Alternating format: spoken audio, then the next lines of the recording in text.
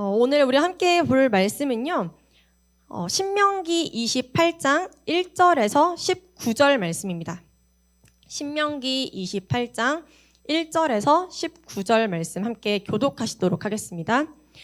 내가 내 하나님 여호와의 말씀을 삼가 듣고 내가 오늘 내게 명령하는 그의 모든 명령을 지켜 행하면 내 하나님 여호와께서 너를 세계 모든 민족 위에 뛰어나게 하실 것이라.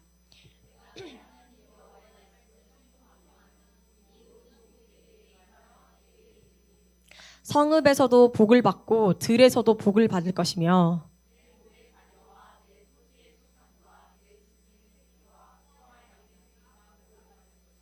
내 광주리와 떡 반죽 그릇이 복을 받을 것이며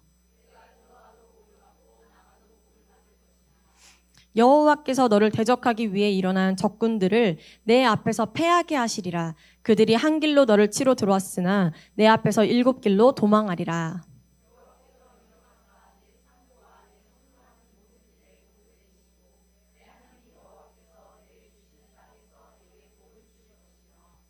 여호와께서 내게 맹세하신 대로 너를 세워 자기의 성민이 되게 하시리니 이는 네가 네 하나님 여호와의 명령을 지켜 그 길로 행할 것임이니라.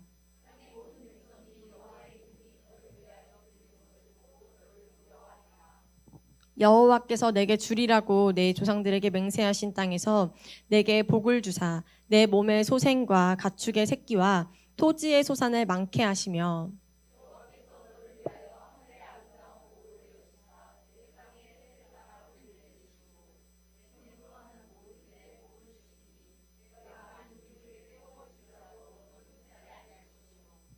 여호와께서 너를 머리가 되고 꼬리가 되지 않게 하시며 위에만 있고 아래에 있지 않게 하시리니 오직 너는 내가 오늘 내게 명령하는 내 하나님 여호와의 명령을 듣고 지켜 행하며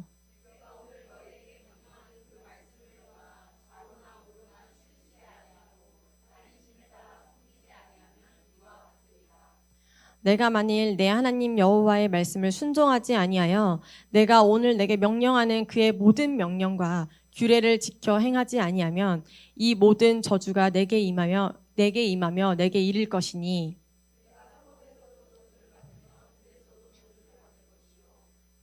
또 내 강주리와 떡 반죽 그릇이 저주를 받을 것이요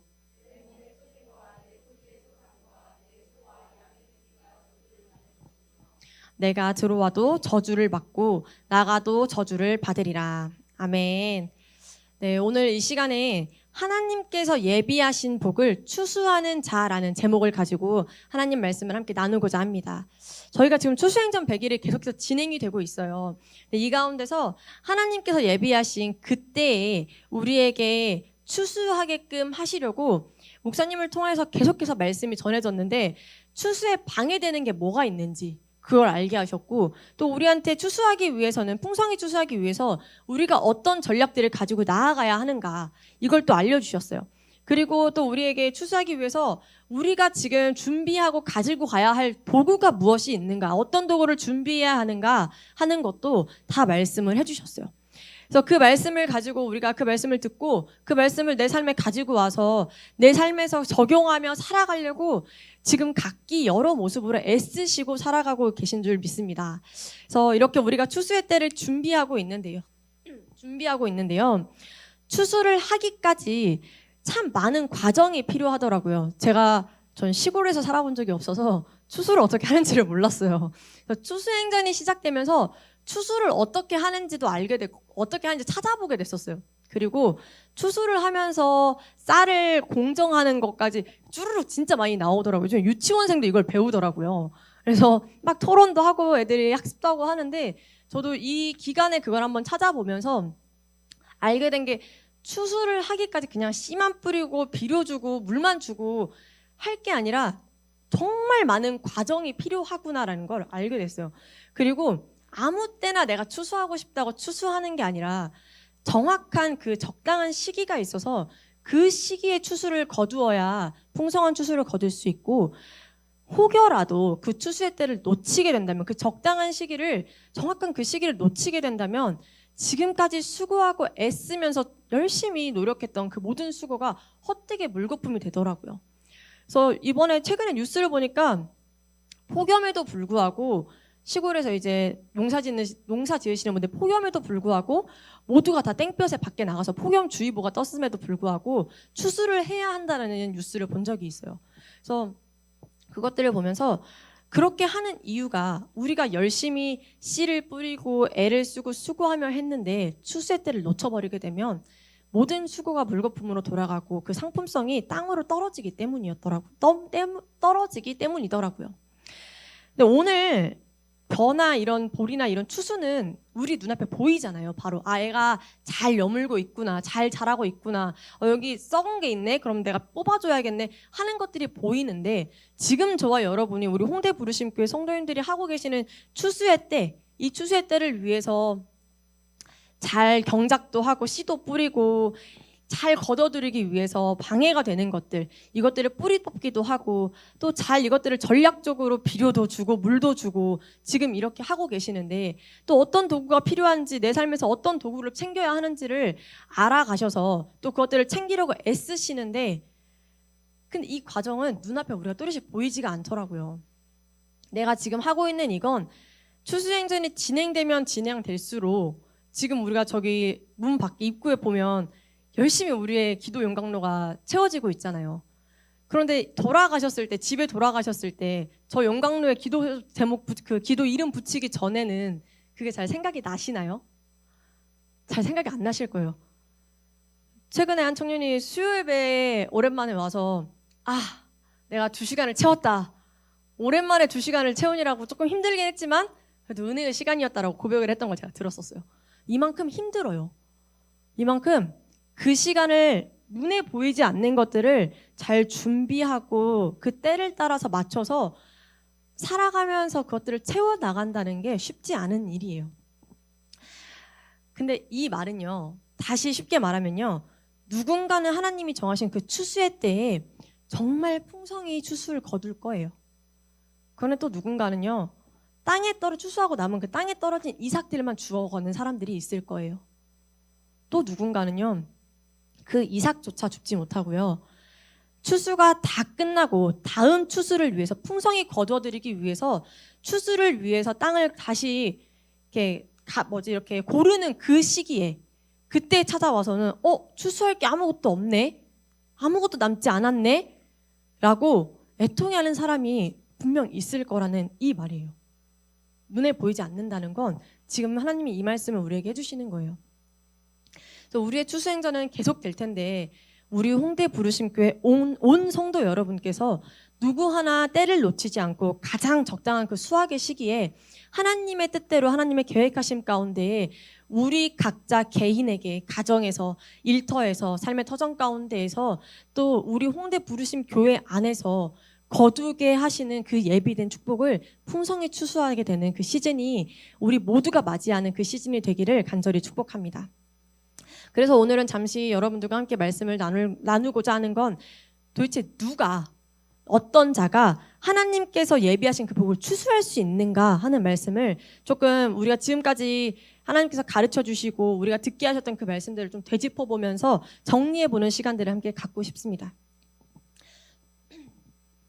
첫째로는요, 이 추수는요, 어떤 자가 할 수 있냐면 하나님의 백성만이 할 수 있는 거예요. 하나님의 백성만이 하나님께서 예비하시는 그 복을 추수하게 된다라고 하나님 말씀하고 계세요. 오늘 본문 말씀을 보면요, 하나님의 말씀을 듣고 그 말씀에 순종하는 자들이 받는 복에 대해서, 그리고 14절부터는 반대로 하나님의 말씀을 떠나서요, 하나님 앞에 있지 않는 자들이 받는 저주에 대해서 우리에게 이야기를 해주고 계세요. 하나님의 말씀을 듣고 그 말씀대로 살아가는 자들에게는요, 그가 어디에 있든지 간에 복이 그를 따라다닐 거고요, 그 복은 그 한 사람에게만 제한되는 게 아니라, 한정된 게 아니고 그의 소유, 그의 자녀에게 걸쳐서 복이 임한다라고 말하고 있어요. 뿐만 아니에요, 그가 출입하는 모든 곳에서 하나님이 복을 주실 거고요, 그를 치러왔던 대적이 있다고 한들 그 대적이 패하여서 한 길로 왔던 대적이 7길로 물러날 거라고, 그렇게 주랭내칠 거라고 말씀해주고 계세요. 또 가장 부러웠던 건 하늘의 보고를 여셔서요, 우리의 때를 너무 잘 아시는 그 하나님께서 가장 적절한 그 시기에 우리의 필요를 채워주시고 공급해 주신다고 말하고 계세요. 그리고 하나님께서 우리를 꼬리가 되지 않게 하시겠다고, 머리가 되게 하시겠다고, 너를 모든 사람이 우러러 보는 어리가 되게 하시겠다고 말씀해 주고 계세요. 그렇게 복이란 복은 다 가져와서 하나님이 축복해 주신다고 말씀하고 계세요. 다시 쉽게 말하면, 한마디로 표현하면, 하나님 말씀 앞에 하나님 말씀 순종하며 살아가는 사람은, 하나님의 백성은 복의, 축복의 근원인 하나님께서 복의 통로가 되게 하신다라고 말씀해 주시는 거예요. 근데 반대로 14절부터 보면요, 축복이 이렇게 대대를 걸쳐서 있는 곳에든지 출입하는 곳에든지 어디에서든지 복이 따라왔다면 저주도 똑같더라고요. 하나님을 떠난 자들에게 모든 저주가 임할 건데, 이 저주 또한 그 당사자 한 사람에게만 제한되는 게 아니고, 그가 어디에 있든지 어디에 출입을 하든지 그가 가지고 있는 것이 무엇이든지 그 모든 것에 하나님이 저주를 내릴 거라고, 저주가 너를 따라다닐 거라고 그렇게 이 말씀하고 계세요. 하나님의 말씀을 듣고 그 말씀에 순종하는 자가 바로 하나님의 백성이잖아요. 하나님의 선택받은 하나님의 백성, 하나님의 자녀인데, 이스라엘 백성들은 하나님께서 선택하시고 내가 너를 나의 백성으로 삼겠다라고 선택하신 민족이었어요. 그래서 하나님께서 그 선택하신 백성, 거룩한 백성이라고 해서 선민, 성민이라고 이렇게 이름 짓고 불렀는데, 이 백성이요, 하나님께서 너는 이제부터 거룩한 백성의 정체성을 가지고 살아가는 나의 백성이다, 나의 자녀들이다 라고 선포하시고, 그러니까 너네가 수풀이 있으면 수풀밭을 잘 헤쳐서도 가고, 돌뿌리가 막 있으면 돌뿌리도 잘 이렇게 피해서 가고, 그렇게 하라고 혼자 그렇게 열심히 살아보라고 말씀하신 건 아니었어요. 그대로 두신 게 아니었어요. 그들이 그렇게 하나님의 백성으로, 거룩한 선택받은 하나님의 백성으로 살아갈 수 있도록 하나님께서 능력을 주시고요, 하나님께서 다른 것 보지 않고, 이 백성이 다른 것 보지 않고 다른 것에 눈길 돌리지 않고 오직 하나님만 섬기고 하나님만 경외하며 하나님만 예배하는 하나님의 백성으로 살아갈 수 있도록 필요한 복들, 축복을 다 주시겠다고 말씀하셨던 거예요. 하나님의 백성으로 온전히 살아갈 수 있게 하시려고요. 10계명 중에서 제1계명이 바로 출애굽기 20장 3절 말씀입니다. 함께 읽어보도록 하겠습니다. 나 외에 다른 신들을 내어 하나님 안에서 이들이 살아갈 때는 복의 근원 되신 여호와께서 그 여호와의 축복으로 말미암아서 하나님께 예비하신 축복들을 다 정말 풍성히 누리면서 살아가요. 그런데 이스라엘 백성에게 어려운 위기의 순간들이 간혹 종종 있었어요. 그리고 결국 북이스라엘과 남유다로 분열되기도 했고요. 이후에 멸망하는 것들을 우리가 바라보게 돼요. 왜 멸망하게 됐죠? 왜 사사시대며 왜 그렇게 암흑의 시기가 있었고, 하나님께서 때때로 사사들을 보내서, 선지자들을 보내서, 때때로 하나님의 사람들을 보내서 이스라엘 백성들에게 책망하시고 심판하셨던 그때가 있어요. 이스라엘 백성들이 살아가던 그 시대에, 그 오래된 시간 가운데에 종종 계속해서 우리가 볼 수 있는 걸, 이스라엘 백성들 이렇게 큰 은혜 받았는데, 이런 큰 역사를 보았는데 왜 저렇게 자꾸 넘어질까? 성경을 보면서 우리가 그런 생각들을 많이 하잖아요. 그러면서 또 우리의 모습들을 바라볼 때가 많이 있는데, 그랬던 이유가요, 다른 게 아니에요. 딱 하나였어요. 하나님의 백성이 오직 여호와 하나님을 바라보고 여호와 하나님을 섬겨야 하는 그 백성이 하나님의 백성의 자리를 떠나서요, 하나님의 백성대로 살지 못하고 다른 신을 쫓아 눈을 돌리기 시작한 거예요. 하나님이 주시는 복의 근원 되신 그 하나님께서 주신 복을 누리며 살아가다가 우리가 맛있는 것도 자꾸 먹으면 어때요? 좀 질리잖아요. 그리고 이게 이렇게 맛있고 이렇게 귀한 건 줄도 모르잖아요. 그런데 이스라엘 백성들이 그랬던 거예요. 하나님이 모든 복을 열어주시고 다 때에 따라서 시기적절하게 다 주시는데도요, 이스라엘 백성들이 자꾸만 다른 곳에 눈을 돌려요. 저기 옆에 나라 이방신을 섬기는 나라를 보니까 저렇게 섬기면 풍요로워진다던데, 저렇게 섬기면 우리의 재산이 되는 아이들이 많이 다산할 수 있다던데, 저런 신을 섬기면 뭐가 어쩐다는데, 저렇게 제사하면 뭐가 어쩐다는데 라는 것들에 자꾸 눈을 돌리기 시작했어요. 하나님의 백성의 정체성을 잃어버리며 살아가기 시작했어요. 그럴 때마다 하나님께서 책망하시고 책망하심을 넘어서서 결국 더 이상은 안 되겠다 싶으실 때 정말 심판하셨던 거예요. 그런데 이거는 이스라엘 백성들이 우리가 성경에서 보는 신구약에서 보는 이스라엘 백성들만 겪는 그 이야기가 아니에요. 지금 저와 여러분 예배드리고 있는 저와 여러분이 이 땅을 살아가고 있는 저와 여러분에게 하나님이 말씀하시는 거예요. 똑같이 말씀하시는 거예요. 누구야? 너 나의 백성이잖아. 너 나의 자녀 아니니? 근데 너가 이 땅에서 내가 부른 그 자리 가운데 살아가면서 하나님의 백성으로서 하나님의 자녀로서 그 정체성을 잃어버리고 빛과 소금의 역할을 하지 못하고 소금이 맛을 잃어버리고 빛이 빛을 잃어버린 그 모습으로 살아간다면 그렇게 살아가도록 내가 내버려 둘 수 없기에 내가 너를 자꾸만 책망하고 심판하는 그 자리 가운데로 몰아넣는 거야 라고 우리에게 오늘 그렇게 말씀해 주고 계시는 거예요. 하나님의 백성은 하나님만을 경외하고 하나님만을 예배하며 살아가야 하는 하나님 안에 거하며 살아가야 하는 백성이에요. 오늘 우리가 추수행전이 진행되고 있는 이 가운데에서 하나님 나라의 백성인 정체성, 하나님 나라의 가치관을 가지고 살아가는 하나님의 자녀다, 하나님의 백성이다라는 이 사실을 절대 한순간도 놓치지 않고 그걸 꼭 붙잡고 기억하며 살아가시는 저와 여러분이 되시길 간절히 축복합니다. 두 번째로는요, 우리가 부르심의 자리를 지키며 역할을 감당하며 살아가는 자에게 하나님께서 예비하신 복을 추수하게 될 거라고 말씀해주고 계세요. 하나님이 우리를 누구는 비즈니스 영역에, 누군가는 미디어의 영역에, 누군가는 정치의 영역에, 누군가는 가정의 영역, 교육의 영역, 여러 영역에 하나님이 우리를 곳곳에 배치시키셨어요. 왜냐하면 우리가 빛은 막 밝은 데에 더 많은 빛이 필요하진 않잖아요. 어두우니까 빛이 필요한 거잖아요. 앞을 봐야 하니까요. 어두운 곳을 밝혀야 하니까요. 하나님이 우리에게 그 어두운 곳 가운데 보내시면서 하나님의 자녀인 우리에게, 하나님의 백성된 우리에게 빛의 역할을 하라고 하는 거예요. 자꾸만 부패되어져 가고 자꾸만 맛을 잃어버리고 있는 그 곳 가운데에서, 그 영역 가운데에서 소금의 맛을 내라고, 부패된 곳에 더 이상 부패되지 않도록 그 역할을 감당하라고 저와 여러분을 그 자리 가운데 보내주셨어요. 예나 지금이나 세상은 진짜 악하고 살기 참 팍팍해요. 그래서 요즘에도 너무 살아가는 게 팍팍합니다. 관계가 참 어렵더라고요. 사회생활 하는 게 왜 이렇게 어려울까요? 먹고 살기가 왜 이렇게 힘들까요? 옛날에는 1인 가정, 그러니까 가장만, 우리 아빠만 돈을 버시면 그래도 우리 식구들이 잘 먹고 살았다는 그 세대가 있었던 것 같은데, 저는 저 혼자 살고 있는데도 제가 번 돈에서 저축할 돈도 안 남는 세상이네요. 요즘 세상은 왜 이렇게 살기가 힘들까요? 그래서 우리가 어디로 눈을 돌리죠? 내가 어떻게 투자를 잘할 수 있을까? 내가 어떻게 불로소득을 잘 이렇게 굴려 나갈 수 있을까? 누구는 코인을 내서 빚을 받다는데 내 코인은 자꾸만 사라져가고 있고, 누군가는 이제는 하락장에서 상승장으로 바뀌었다는데 내 거는 들어가기만 하면 그렇게 다 파랗게 아주 그냥 여름 계절에 맞게끔 시원한 물결만 보이고 있고, 우리가 참 슬프잖아요, 그런 걸 보면. 그래서 어딜 찾아가요?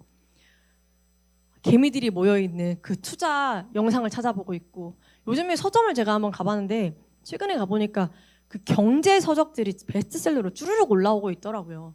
경제에 예전에는 여자분들이 그렇게 많지 않았던 것 같은데 여자, 남자, 애, 어른 할 거 없이 경제 서적에 정말 많은 사람들이 발길을 가더라고요. 책 제목도 우리 아들에게 돈을 가르쳐야 합니다라는 책 제목도 있더라고요. 이런 제목들이 참 많아요. 그러니까 어린 시절에 초등학생에게, 중학생에게 어떻게 경제를 가르쳐야 하는지, 돈을 어떻게 가르치고 어떻게 투자를 가르쳐야 하는지를 알려주는 책들이 참 많이 나왔어요. 그리고 우리가 마음이 힘들 때 어때요? 사람과의 관계가 힘들 때, 솔직히 저와 여러분 중에서 우리가 다 통틀어서 말했을 때 저는 관계가 전혀 힘들지 않아요. 저는 관계에서 상처받은 적도 없고 저는 인간관계에 있어서 힘들어 본 적이 없어요 라고 당당하게 말할 수 있는 사람이 누가 있을까요? 과연? 아무도 없으실 거예요. 저와 여러분 모두가 사람이라면 인간들이 살아가고 있는 그 관계 가운데에서 상처받을 때도 있고 힘들 때도 있고 내가 상처 줄 때도 있고 버거운 순간순간들이 참 많이 있으셨을 거예요. 이때요 한참 유명했던 게 미움받을 용기라는 책이었어요.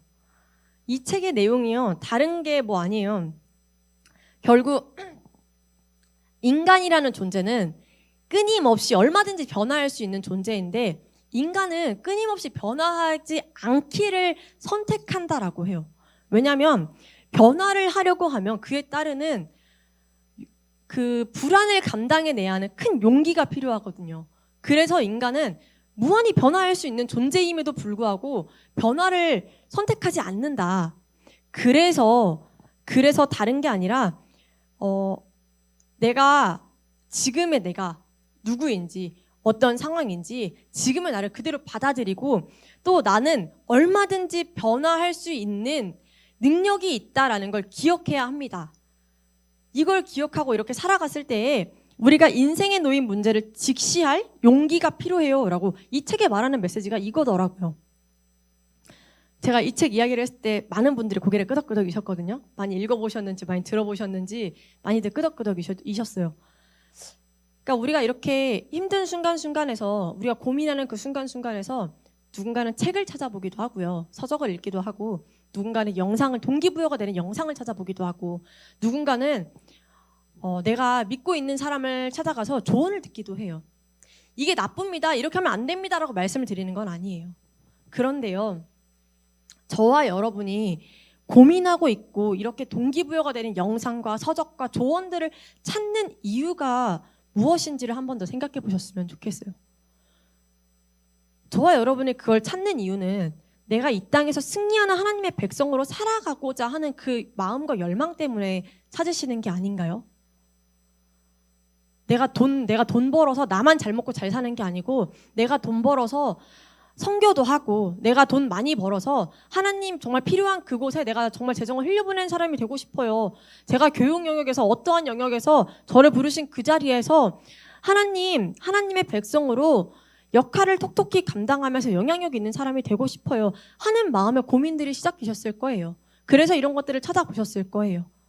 그런데요, 책이나 영상이나 조언은요, 하나님 나라의 가치관으로 하나님의 백성의 정체성을 가지고 살아가는 이것에 대한 것이 있는지, 이것을 말해주고 있는 것인지 한 번 더 고민해 보셨으면 좋겠어요. 우리가 고민하는 것처럼 하나님 나라의 가치관을 가지고 하나님 나라의 백성으로의 정체성을 가지고 수없이 고민하고 치열하게 살아냈던 사람들이, 우리가 모델링할 수 있는 많은 사람들이 나와 있는 게 바로 성경이에요.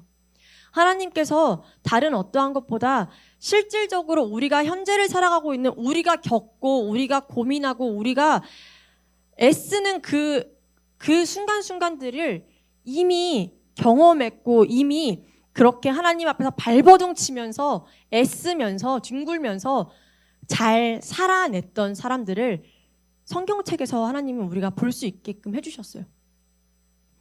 그래서 성경에는 이 땅에서 어떻게 하나님 나라의 가치관을 가지고 하나님의 백성으로 살아가야 할지 고민하고 삶으로 그것들을 이루어 나갔던 많은 사람들의 모델링이 있어요.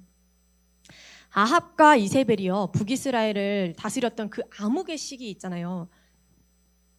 그때 우리가 생각하는 사람이 누가 있죠? 생각나는 사람이? 네, 엘리야가 있어요. 그런데요, 그 엘리야도 있지만 또 어떤 사람이 있었냐면 이 아합과 이세벨과 함께 왕궁에 거하며 왕궁의 모든 일들을 도맡아 했던 궁정 대신이었던 오바댜가 있어요. 그리고 애굽에서 노예로 팔려가가지고 총리의 자리까지 올라 일했던 요셉도 있고요. 바벨론의 포로로 끌려가서 총리가 되었던 다니엘도 있고요. 또 모든 이스라엘 백성들이 손가락질했지만 그 세리직을 맡고 있던 마태였지만 예수님을 만나고 예수님을 나의 구주로 영접하고 난 다음에 예수님의 제자가 되었어요. 그 마태도 있어요. 제가 지금 소개한 이 사람들은요, 공통점이 악한 세상에서도 세상과 동화되지 않고 이 세상에서 우리가 있는 그 자리에서 여호와 하나님만을 경외하면서 살아갔던 사람이라는 거예요. 이 땅에서 그 악한 곳 가운데에서도요, 그 자리를 떠나지 않고 도망가지 않고 회피하지 않고 그 자리를 묵묵히 지키며 그 자리에서 자신이 해야 할 역할을 감당하면서 당당히 여호와 하나님만을 외치며 살아갔던 사람들이라는 공통점이 있어요.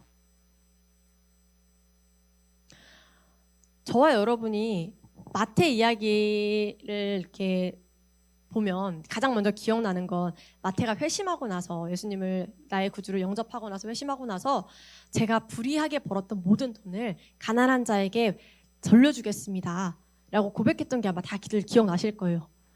그런데 예수님께서요 그렇게 고백하는 마태에게 뭐라고 하시냐면 아유 그래 잘했다.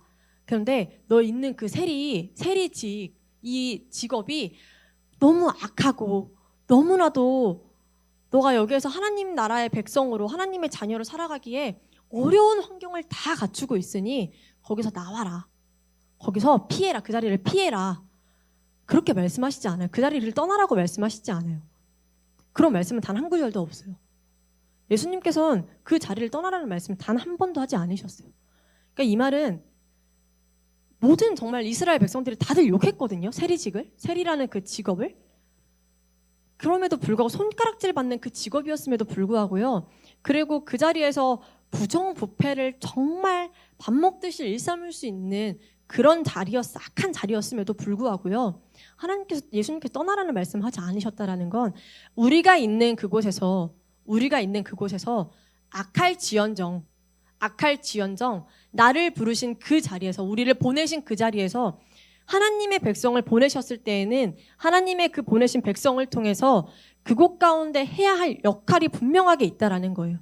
누군가는 예체능의 계열에서 누군가는 어떠한 영역에서 하나님이 하나님의 사람을 보내셨을 때엔 이 자리가 너무 힘들어서 하나님 여기서는 하나님 백성대로 살기가 제가 힘들어서 제가 이 정도만 조금 타협할게요. 이 정도는 조금 괜찮지 않을까요?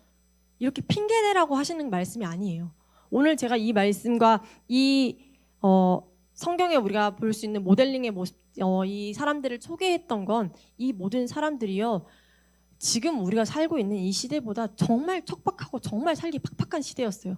그럼에도 불구하고 이 사람들은 그 자리에서 피하지 않고 핑계대지 않고 하나님 나라의 자녀로서 하나님의 백성으로서 그 정체성을 뚜렷이 가지고 어떻게든 그 역할을 감당하며 묵묵히 그 역할을 감당하며 그 역할대로 살아가려고 애쓰고 노력했다라는 거예요. 그랬을 때 하나님께서 위기의 순간마다 그것들을 기회의 순간으로 바꿔주셨고 그 순간마다 하나님께서 보호하셨고 지켜내셨고 인도하셨던 것을 우리가 볼 수 있어요. 우리 베드로전서 5장 8절 말씀 함께 읽어보도록 하겠습니다. 시작. 근신하라 깨어라 너희 대적 마귀가 우는 사자같이 두루 다니며 삼킬 자를 찾나니 아무리 이 마귀가 우는 사자같이 삼킬 자를 찾는다고 하더라도요. 우리가 담대하게 대응하면요. 하나님의 백성으로 담대하게 대응하면 어떤 유혹 앞에서도 하나님께서 우리를 보호하시기 때문에 우리는 넘어지지 않을 수 있다는 말씀이에요. 이 말씀을 소개한 건 우는 사자같이 두루 다니며 삼킬 자를 찾고 있으니 우리가 숨어야 해요. 이 말이 아니라 이때에 이러한 시기에 하나님의 백성으로서 담대히 살아간다면요. 담대히 대응한다면요. 이때에 삼킬 자를 찾고 있는 이 악한 이 시대에도 우리는 어떤 유혹에도 넘어지지 않고 하나님이 보호하시는 그 손길 가운데에서 하나님이 지켜내시는 그 손길 가운데에서 피할 곳을 내시고 우리가 가야 할 곳을 인도하시는 그 손길로 우리가 인도함을 받고 보호함을 받을 수 있다는 것을 말씀드리고 싶어요. 이것들을 우리가 좀 기억하셨으면 좋겠습니다. 그래서 우리가 악한 그곳에서 선한 그리스도인이 되기 위해서요. 하나님의 자녀로 살아내고자 하는 그 비전을 가지고 있다면요. 우리가 있는 그곳에서 우리는 우리와 함께 하시는 성령님으로 인해서요. 성령 충만한 삶을 살아갈 거예요. 성령님으로 인해서 하나님의 시세를 알게 될 거고요. 때를 분별해서 예비해 두신 그 축복들을 우리가 풍성히 누릴 수 있을 거예요. 풍성히 추수할 수 있을 거예요. 그래서 그런 우리를 통해서 우리가 속해 있는 가정이 우리가 속해 있는 일터가, 우리가 속해 있는 공동체가, 우리가 속해 있는 어떠한 영역이, 이 땅이, 이 나라가, 이 세계가 하나님 앞에 추수될 것임을 믿음으로 선포합니다. 아멘. 네, 마지막으로 하나님을 기쁨으로 섬기는 자가 하나님께서 예비하신 축복을 얻을 수 있는 자라고 말을 하고 있어요. 하나님을 기쁨으로 섬기는 자. 혹시 오베데돔 기억하시나요? 오베데돔은 성경에서 솔직히 그렇게 큰 비중을 가지고 있는 사람은 아니에요. 오베데돔은요, 다윗이 즐거워하며 하나님의 궤를, 여호와의 궤를 성으로, 자신의 성으로 가지고 가려고 이동하는 그 과정에서 소가, 그 궤를 이고 있는 소가 이렇게 날뛰는 바람에 궤가 떨어져요.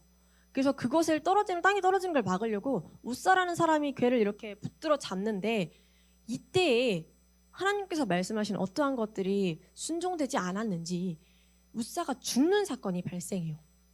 분명 다윗이 즐거워하면서 기쁜 마음으로 여호와의 궤를 가지고 오려고 했던 거거든요. 근데 눈앞에서 사람이 그렇게 죽었어요. 여호와의 궤 때문에 사람이 죽었어요. 이러고 나니까 즐거워했던 마음이 온데간데 사라지고 힘이 두려워지는 거예요.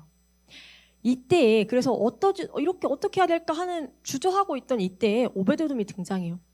오베데돔이 그런 다윗 앞에 나타났던 것 같아요. 왕이 두려워하고 있으니까 얼마나 모든 사람들이 무슨 말을 하겠어요. 아무 말도 못했을 텐데 오베데돔이 등장해서 뭐라 하냐면 그러면 다윗 왕이시여, 제가 이 궤를 가져가도 될까요? 제가 저희 집에 이 여호와의 궤를 모셔놔도 괜찮겠어요? 라고 그렇게 물어봤던 것 같아요. 그러니까 거기에 다윗이 오케이를 했으니까 오베데돔의 집으로 여호와의 궤가 이동했겠죠. 거기에 거하게 되었겠죠. 가드 사람 오베데돔은 존재감이 없는 사람이에요. 근데 여호와의 궤가 그의 집에 임한 지 석 달 만에요, 온 이스라엘에 소문이 나요. 야, 가드 사람 그 오베데돔 너 기억나? 그 오베데돔 집에 여호와의 궤가 임하였더니 엄청난 복을 받았어. 엄청난 복을 받았대. 이 소문이 이제 다윗 왕에게까지 전해지는 거죠. 이랬던 사람이 여기에 이러한 내용에서, 스토리에서 등장한 사람이 오베데돔이에요. 근데 이 오베데돔이요, 제가 말씀드리고 싶은 건 뭐냐면, 정성을 다해 기쁨으로 여호와의 궤를, 여호와를 모시는 것을 기쁨으로 했던 자라는 거예요. 여호와를 섬기는 것을 기쁨으로 정성 다해 했던 자라는 거예요.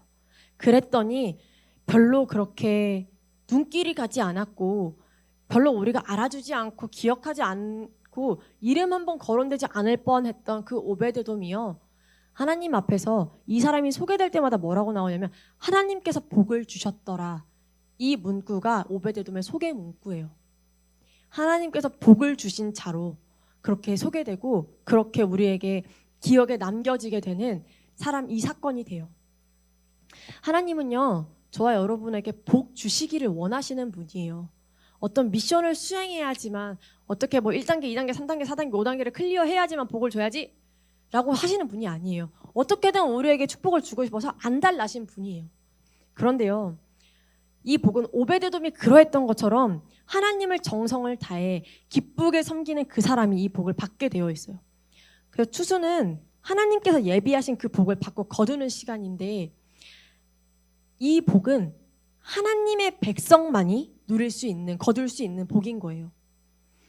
다시 말하면요, 우리가 지금 흔히 생각하는 복 있잖아요.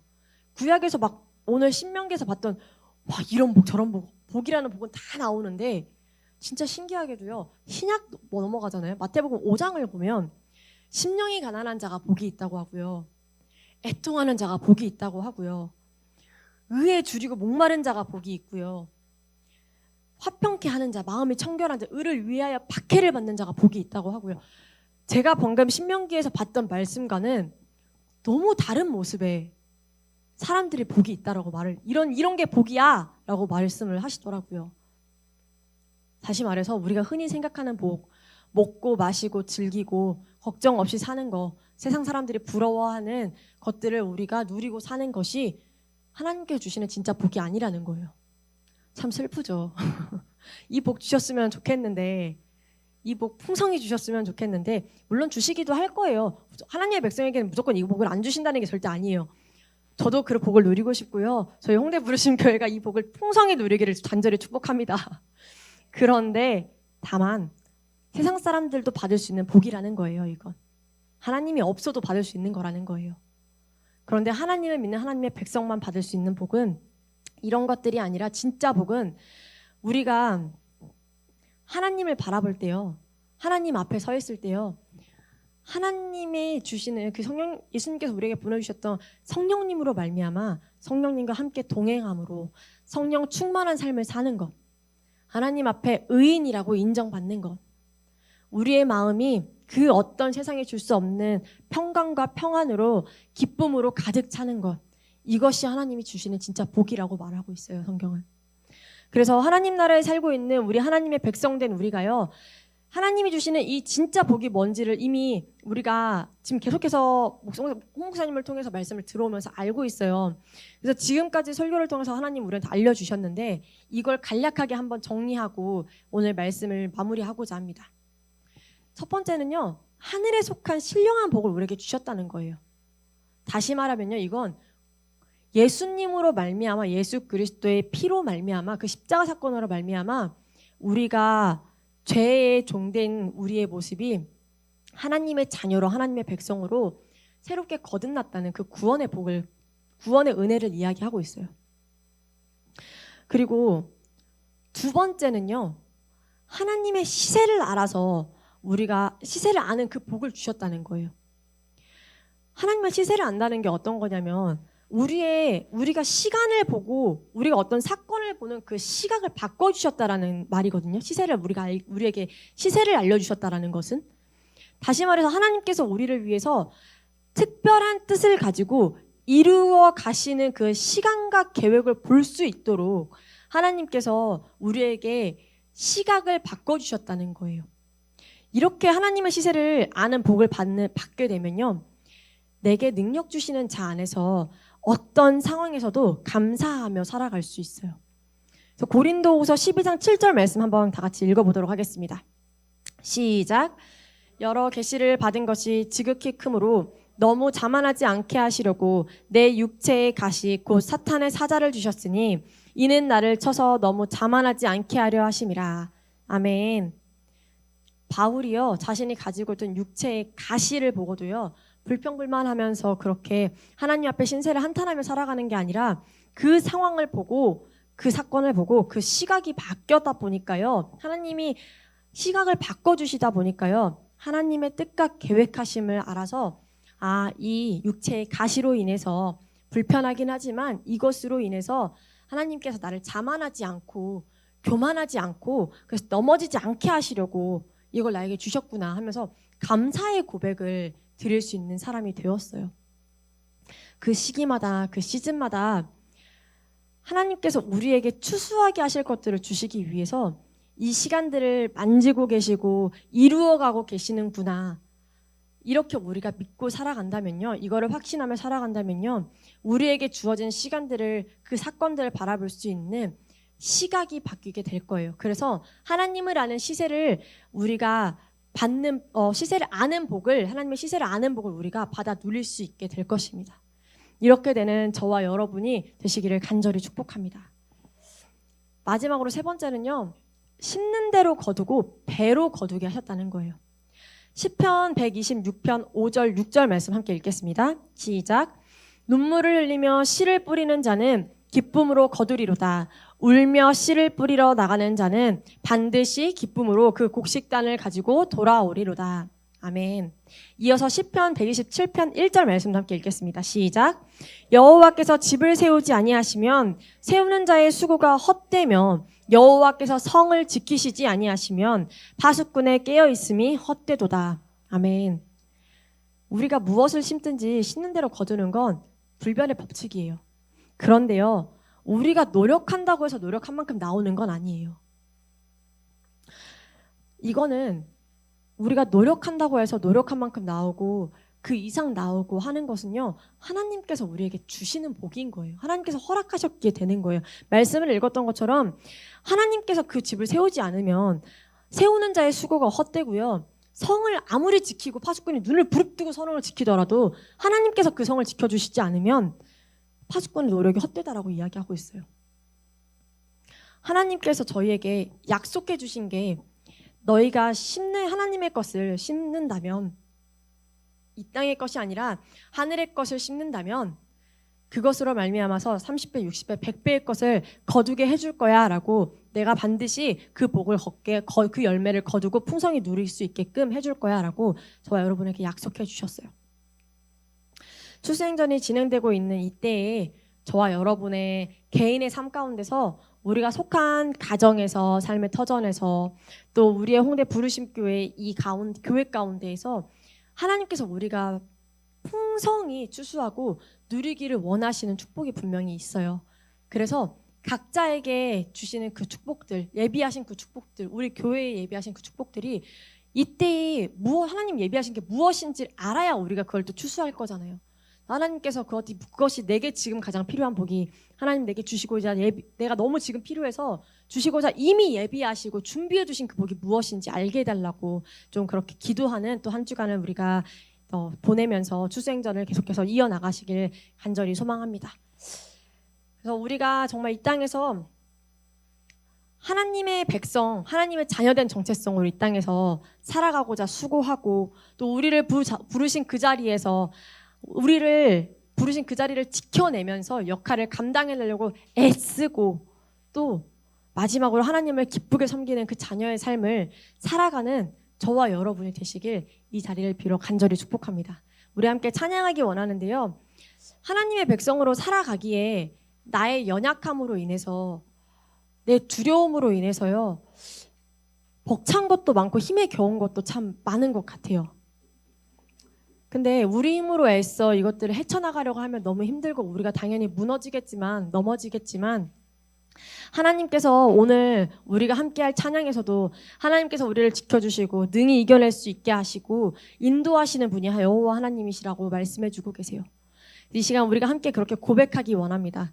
여호와 하나님이 나의 산성 되시고 나의 요새 되시고 유일한 나의 소망 되시고 나의 힘 되시는 분이십니다라고 그렇게 고백하시면서 우리의 입술로 그 하나님을 찬양하는 시간이 되기를 간절히 소망합니다. 함께 찬양하시겠습니다.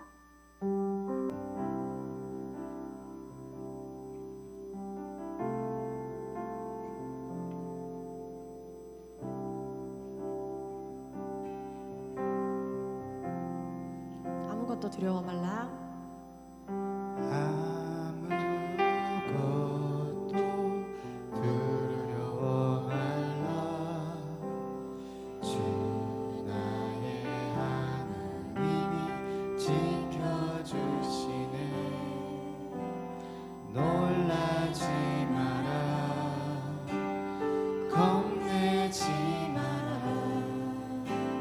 주님 나를 지켜주시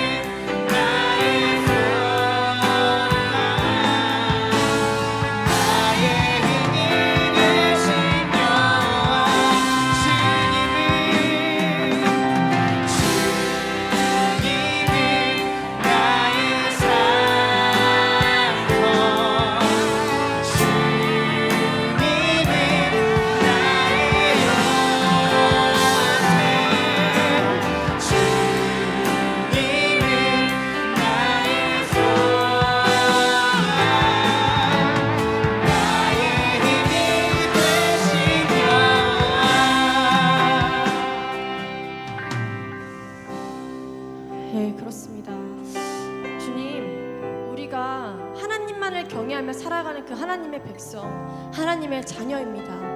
그런데 우리의 삶의 모습을 보면요, 이 땅에서 잘 먹고 잘 사는 거, 걱정 없이 남 부러울 것 없이 사는 거, 여기에 우리가 애를 쓰고 수고하며 살아왔던 우리의 삶의 모습들을 주님 앞에 되돌아봅니다.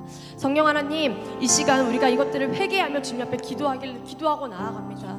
아버지 하나님, 우리가 이 시간 이것들을 회개하고 나아가오니 아버지, 우리가 정말 이 땅에서 하나님의 백성으로 하나님 나라의 가치관을 가지고 살아갈 수 있도록 주님, 우리의 자녀된 정체성을 가지고 이 땅에서 담대히 여호와 하나님만을 경외하고 여호와 하나님만을 부르짖으며 외치며 당당하게 살아갈 수 있도록, 그 역할 감당하는 자가 될 수 있도록 주님, 우리를 인도하시고 보호하여 주시옵소서. 그렇게 우리가 담대히 나아갈 수 있도록 주님 능력을 허락하여 주시옵소서 하고, 우리가 함께 부르짖으며 통성으로 함께 기도하며 나아갑시다. 함께 기도합시다.